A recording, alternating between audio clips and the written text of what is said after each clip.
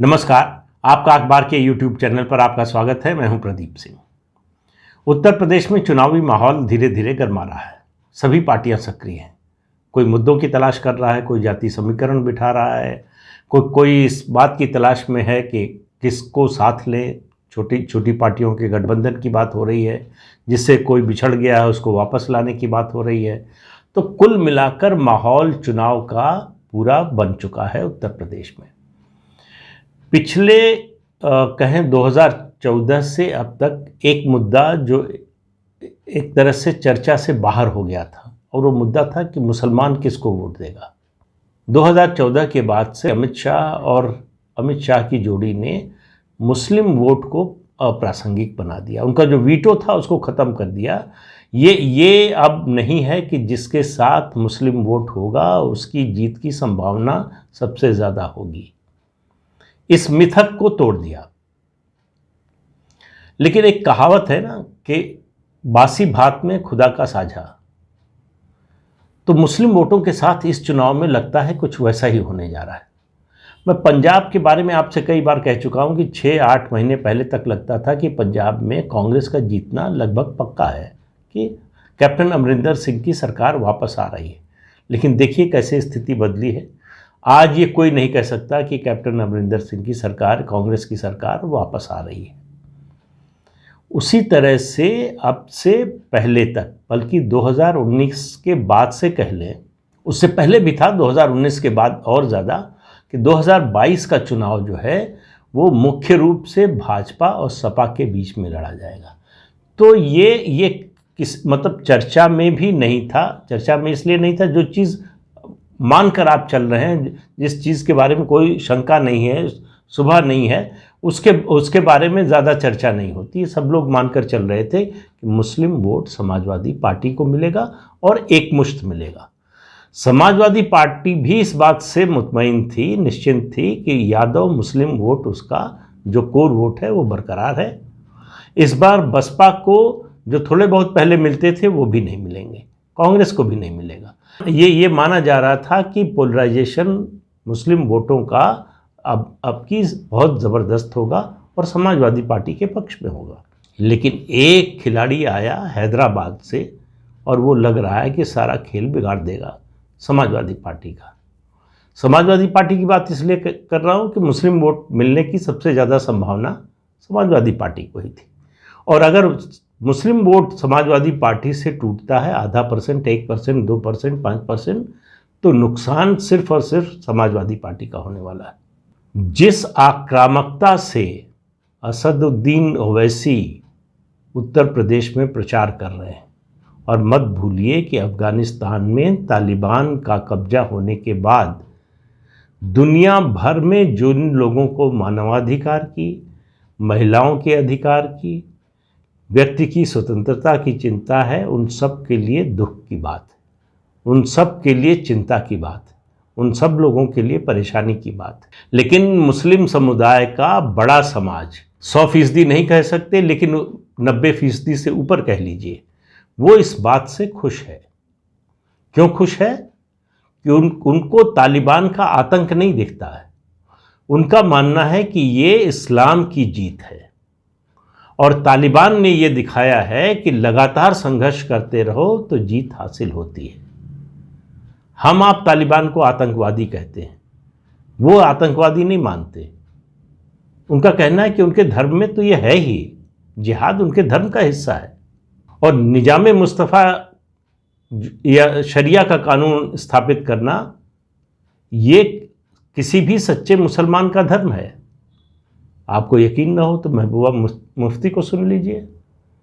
वो कह रहे हैं कि ये इसका स्वागत होना चाहिए और पूरी दुनिया के लिए ये रोल मॉडल बनना चाहिए। अगर तालिबान अफगानिस्तान में शरिया का कानून लागू करता है, शरिया के हिसाब से शासन चलाता है, तब आप इससे अंदाज़ा लगा सकते हैं कि मुस्लिम समुदाय के मन में चल क्या रहा है।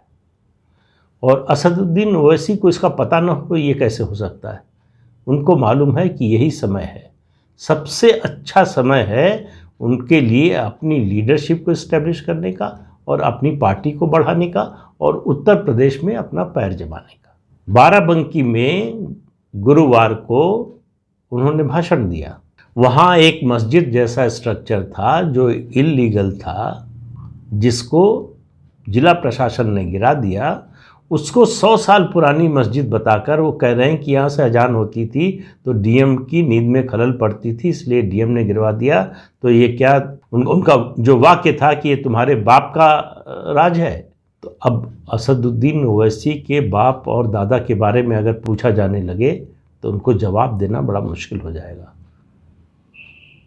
ये रजाकारों के पैरोकार हैं, उनके साथ खड़े होने वाले हैं, और वो इस तरह की बात कर रहे हैं। तो वो इस तरह की बात क्यों कर रहे हैं? वो मुसलमानों से कह रहे हैं और खुला खुला कहा कि भाई जब ये गिर रही थी तब समाजवादी पार्टी और बहुजन समाज पार्टी और कांग्रेस के लोग कहाँ थे। इतना ही नहीं, अखिलेश यादव के चचेरे भाई धर्मेंद्र यादव जो बदायूं से एमपी थे, इस बार हार गए हैं, उन्होंने कहा संसद में मेरे पास बैठते थे, ये बदायूं में एक मस्जिद गिरी, जिन लोगों पर गिराने का आरोप था उनके यहाँ शादी में गए धर्मेंद्र यादव। तो मुसलमानों को कह रहे हैं कि ये आपका वोट लेते हैं, ये आपकी चिंता करने वाले नहीं हैं। देखिए, उत्तर प्रदेश नहीं, पूरे देश में आज़ादी के बाद से मुसलमान निष्ठापूर्वक कांग्रेस पार्टी को वोट देता था। 1965-66 में उड़ीसा और बिहार में बड़े पैमाने पर दंगे हुए। उसके बाद मुसलमानों की बैठकें हुई, तमाम संगठनों की हुई। एक संगठन बनाया गया मुस्लिम मजलिस-ए मुशावरात, और उसने घोषणा की कि वो हर पार्टी में जहां मुस्लिम कैंडिडेट जो मजबूत होगा उसका समर्थन करेंगे। 67 के चुनाव में उन्होंने इसको आजमाया, लेकिन वो कारगर नहीं हुआ।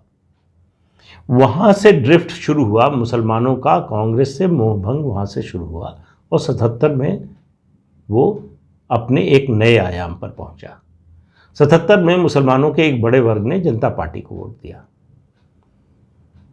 और अयोध्या आंदोलन के बाद शिलान्यास और फिर विवादित ढांचे के गिरने के बाद मुसलमान कांग्रेस से अलग हो गया। अलग अलग जगहों पर, अलग अलग राज्यों में वो रीजनल पार्टीज़ को वोट देने लगा। तो उत्तर प्रदेश में समाजवादी पार्टी और बहुजन समाज पार्टी को कम वोट इसलिए मिलता है कि 2 बार 3 बार जो है मायावती बीजेपी के समर्थन से मुख्यमंत्री बन चुकी थी। तो उनको ये डर रहता था कि हम वोट देंगे, इनकी सीटें आएंगी और ये बीजेपी से समझौता कर सकती है। लेकिन अब वो बात खत्म हो गई। लेकिन अब ओवैसी जो है वो अपनी लीडरशिप, मुस्लिम लीडरशिप को खड़ा करने की कोशिश कर रहे हैं। जो 1967 का प्रोजेक्ट था उसको रिवाइव करने की कोशिश हो रही है। वो ये कह रहे हैं कि हिंदू पार्टियों से, हिंदू नेताओं पर भरोसा मत करो, ये तुम्हारे हक के बारे में नहीं सोचते हैं, ये तुम्हारे साथ अन्याय करते हैं, ये तुम्हें पिछड़ा रखते हैं, ये तुम्हें गरीब रखते हैं, ये तुम्हें अशिक्षित रखते हैं, इसलिए मुझे वोट दो। तो ये जो विक्टिम कार्ड खेलने की कोशिश है, ये आप अच्छी तरह से याद कीजिए, ये देश के बंटवारे से पहले की मानसिकता है। इसी तरह का नैरेटिव उस समय भी चलता था। उस समय भी उर्दू से जो है वो उर्दू की उपेक्षा का आरोप लगता था। उस समय भी मुसलमानों से भेदभाव का आरोप लगता था। उस समय भी कहा जाता था कि जो है बहुसंख्यक हावी रहेंगे। ये तर्क आज भी दिए जा रहे हैं। ओवैसी का इतने आक्रामक रूप में उत्तर प्रदेश में आना 2 खतरों का संकेत है। एक, राजनीतिक रूप से समाजवादी पार्टी के लिए कि उसका जो एक सेटल्ड जो है कोर वोट था, उसमें बिखराव का खतरा पैदा हो गया है।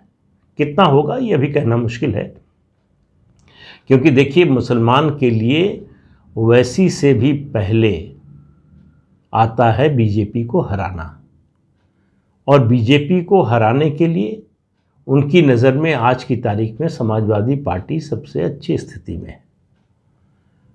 तो इसलिए ओवैसी के कहने से मुसलमान सबका सब समाजवादी पार्टी को छोड़कर चला जाएगा, ऐसा नहीं होने वाला है। लेकिन मैं कह रहा हूं कि अगर उसमें कुछ भी डेंट लगता है, ख़ास तौर से जो रेडिकलाइज्ड मुस्लिम यूथ है, मैंने एक बार पहले भी कहा था, फिर कह रहा हूं, वो उसको ओवैसी की अपील भा रही है, उसको ओवैसी के भाषण पसंद आ रहे हैं, उसको लग रहा है कि हमारा अपना नेता जो है वो आगे बढ़ रहा है। ये अखिलेश यादव के लिए खतरे की बात है, समाजवादी पार्टी के लिए खतरे की बात है। लेकिन ओवैसी का बढ़ना, ओवैसी को ज़्यादा समर्थन मिलना, ये देश के लिए भी खतरे की बात है। ये अलगाववाद की भावना को बढ़ावा देने वाला मामला होगा। इसी तरह से अगर जिस तरह से ओवैसी को महाराष्ट्र में पहले मिला, फिर बिहार के एक इलाके में मिला, हैदराबाद में वो हैं ही। अच्छी बात यह है कि हैदराबाद तक ही बस शहर तक सीमित है, उससे बाहर उनका कोई असर नहीं है, तेलंगाना में भी। लेकिन उससे बाहर जिस तरह से ओवैसी पैर पसारने की कोशिश कर रहे हैं, अगर उनको समर्थन मिलता है, और देखिए उसके लिए माहौल बनाने वाले तमाम लोग हैं। महबूबा मुफ्ती की बात मैंने अभी बताई, नेशनल कॉन्फ्रेंस के डॉक्टर फारूक अब्दुल्ला, उमर अब्दुल्ला उसी भाषा में नहीं बोल रहे हैं, लेकिन वो उस तरह से उसका विरोध भी नहीं कर रहे हैं। इन नेताओं को, ये जो गुट के नेता हैं, इनको उम्मीद लग रही है कि तालिबान आया है अफ़गानिस्तान में और पाकिस्तान की मदद से आया है, तो वो पाकिस्तान को मदद करेगा, पाकिस्तान हमें मदद करेगा जम्मू कश्मीर में। आप देखिए कितना बड़ा खेल सोचा जा रहा है। तो इसलिए जो है, मैं फिर से कह रहा हूँ, ओवैसी का उत्तर प्रदेश में अगर वो पैर जमाने में कामयाब होते हैं, तो इसको सिर्फ एक चुनाव में हार जीत, एक पार्टी का नुकसान या एक पार्टी का फ़ायदा, उस रूप में नहीं देखा जाना चाहिए। इसको बड़े परिप्रेक्ष्य में देखिए। ये सब निज़ाम मुस्तफ़ा और शरिया के कानून के पैरोकार हैं। इनका धर्मनिरपेक्षता से कोई लेना देना नहीं है, इनका डेमोक्रेसी से भी कोई लेना देना नहीं है। अफ़गानिस्तान में डेमोक्रेसी होनी चाहिए, चुनाव होना चाहिए, ये किसी आपने मुस्लिम कंट्री से सुना क्या?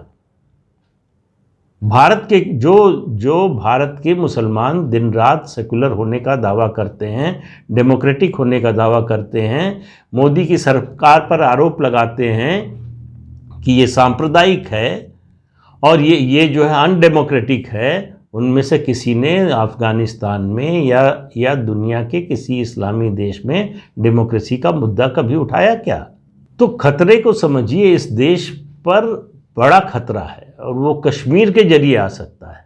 लेकिन एक दूसरी कहावत आपको बताता हूँ, घर के अंदर का दुश्मन दरवाजे पर खड़े दुश्मन से ज़्यादा खतरनाक होता है। तालिबान आएगा, जैश ए मोहम्मद आएगा, दूसरे आतंकवादी संगठन आएंगे, मालूम है कि ये दुश्मन है, उनको पहचानना आसान है, उनका सफाया करना आसान है, लेकिन जो घर में आपके दोस्त बनकर बैठे हैं, ऐसे तत्वों को, मैंने 2 लोगों के बारे में जो है अभी पिछले वीडियो में 2 दिन पहले आपको बताया था कि पढ़ाई लिखाई से, हालांकि तालिबान कह रहा है कि पढ़ाई लिखाई कोई ज़रूरत नहीं है, सिर्फ धर्म की पढ़ाई होनी चाहिए और बच्चों को कोई शिक्षा देने की ज़रूरत नहीं है। ये जो पढ़ लिख गए हैं, हिंदुस्तान में हैं, लेखक हैं, कलाकार हैं, इनकी पढ़ाई लिखाई का कोई मतलब नहीं है। इनके लिए इनका धर्म सबसे ऊपर है। इस बात को समझ लेना चाहिए। तो उत्तर प्रदेश में ओवैसी क्या करेंगे ये तो अभी कहना मुश्किल है, लेकिन उन्होंने समाजवादी पार्टी, बहुजन समाज पार्टी और कांग्रेस, यानी जिन 3 पार्टियों को उम्मीद थी कि मुस्लिम वोट का कुछ हिस्सा मिलेगा, सबसे ज़्यादा समाजवादी पार्टी को, फिर बहुजन समाज पार्टी को, फिर बचा खुचा जो है कांग्रेस को भी मिल सकता है, वो उम्मीद ख़त्म होती हुई दिख रही है। तो अभी ये शुरुआत है। आप देखिए जैसे जैसे चुनाव आगे बढ़ेगा, वैसी लगातार भड़काने की कोशिश कर रहे हैं। वो हिंदू मुस्लिम विद्वेष पैदा करने की कोशिश कर रहे हैं, लड़ाने की, दोनों समुदायों के बीच में खाई को और बढ़ाने की कोशिश कर रहे हैं। उनसे पाटने की उम्मीद नहीं थी, लेकिन उसको और जितना चौड़ा हो सके वो करने की कोशिश कर रहे हैं। ये बताने की कोशिश कर रहे हैं कि हिंदू अलग हैं, मुसलमान अलग हैं, और हिंदुओं के हाथ में मुसलमानों का भला कभी नहीं हो सकता। ये ओवैसी की लाइन है। तो अब आप इससे अंदाज़ा लगाइए और आप सोचिए कि आपको इस बारे में क्या करना चाहिए। अगर मेरी सलाह मानेंगे तो आपको सजग रहना चाहिए, आपको सोचना चाहिए कि आपका हित क्या है, आपका हित कहाँ है, आपका हित कैसे सुरक्षित रह सकता है। आज के अंक में इतना ही, अगले अंक में फिर मिलेंगे, तब तक के लिए इजाज़त दीजिए, नमस्कार। जाते जाते आपको फिर याद दिला दें कि ये चैनल देखिए, शेयर कीजिए, लाइक कीजिए और सब्सक्राइब ज़रूर कीजिए। नमस्कार।